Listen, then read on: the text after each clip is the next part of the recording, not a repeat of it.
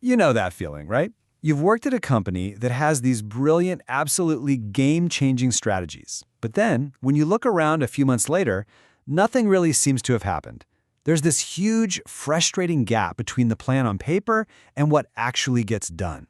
Well, it turns out that's an incredibly common problem. And in this explainer, we're going to break down the discipline that's designed to solve it: program management.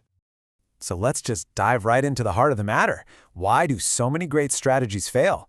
I mean, this is the multi-million-dollar question that keeps executives up at night. They spend all this time and energy crafting the perfect vision, but when it's time to actually execute, something just gets lost in translation. And look, this isn't just a feeling we have. The data is crystal clear. Check out this chart. When you ask companies about creating a strategy, the formulation part, a solid 66% say they're above average. That's pretty good. But then you ask them about executing that strategy, whoa, that number just plummets to 35%. This, right here, is what we call the strategy execution gap. And closing this gap is exactly where program management comes in. Okay, so to bridge that gap, you need the right tools. But first, we've got to understand what those tools actually are. Now, you've definitely heard these words thrown around all the time: project, program, portfolio. But here's the thing, they are not interchangeable. They actually represent a really clear hierarchy for turning a big idea into a reality. So let's start with the most basic building block: a project. The two words you really need to remember here are temporary and unique. A project has a very clear start and a very clear end. Its whole goal is to create one specific, tangible thing: a new piece of software, a marketing campaign, maybe even a new office building. It's a defined, tactical piece of work. Now let's go up a level. A program isn't just a really big project. No, it's a collection of related projects. And this is the secret sauce right here. By managing them together in a coordinated way, you unlock benefits you just couldn't get if you ran each project on its own, in a silo. A program is all about the bigger picture, that strategic outcome. Let me give you a practical example to make this super clear. Let's say the big strategic goal is to improve call center response. Okay, so you could launch Project 1, which focuses on training agents to improve call quality. And at the same time, you've got Project 2, which is all about implementing new software to decrease call time.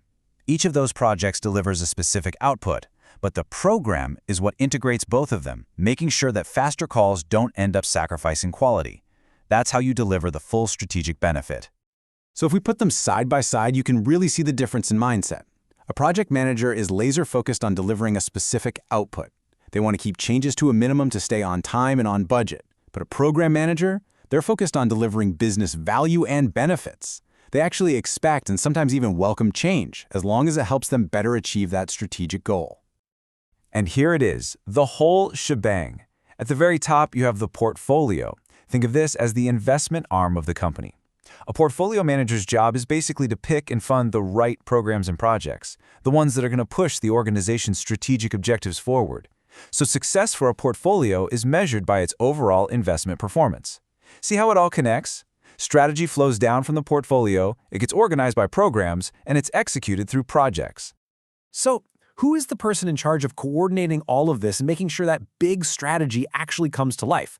Well, that's the program manager. And let me tell you, this role is so much more than just a senior project manager. They are truly the architects of the strategy's execution. But, and this is a huge but, the power and impact of a program manager aren't the same everywhere. It all depends on how mature the organization is when it comes to this stuff.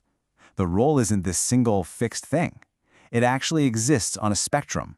And this is that spectrum. It's called a program management continuum.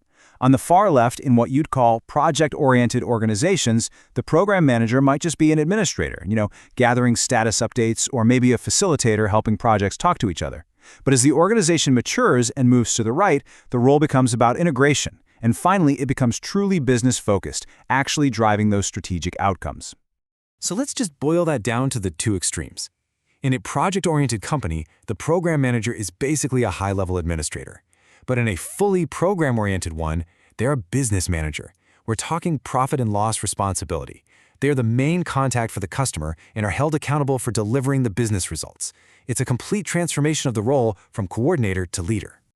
Now, I know what you might be thinking. This sounds a little chaotic, trying to coordinate so many moving parts. But mature program management isn't chaos at all. It follows a very clear, structured life cycle. Think of it like a blueprint for delivering value again and again. So at a high level, the whole process has 3 main phases. It all kicks off with program definition.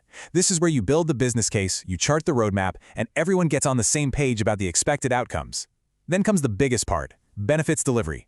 This is where the program manager is deep in the trenches, integrating and managing all the projects to deliver that value we talked about. And finally, and this is a step a lot of people forget, comes program closure. This isn't just stopping the work. It's a controlled process to formally close everything out and make sure those benefits are successfully handed off to the business to manage for the long haul. So, why does all this structure matter? I mean, why go through all the trouble of defining projects and programs and life cycles? Well, it all comes back to that initial problem, closing that strategy execution gap and delivering tangible, measurable business value.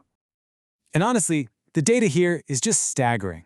High-performing organizations, the ones that are really good at this, are over 4 times more likely to report being great at benefits realization. What does that mean in plain English? They are 4 times better at actually getting the value they planned for. This isn't just theory, it directly leads to better business outcomes. It just works. So when you do it right, the payoff is absolutely huge.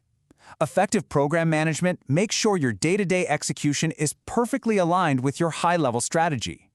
It gets different parts of the business, like marketing, engineering, and finance, all working toward a common goal. It cuts down the time it takes to get benefits into the hands of your customers. Ultimately, it's the engine that delivers the value your strategy promised in the first place. So, we'll end with this question for you to take back and think about. Take an honest look at your own organization. Are you guys just really busy completing a bunch of disconnected projects? Or are you consciously coordinating them as programs to deliver real strategic value? The answer to that question, well, it can make all the difference.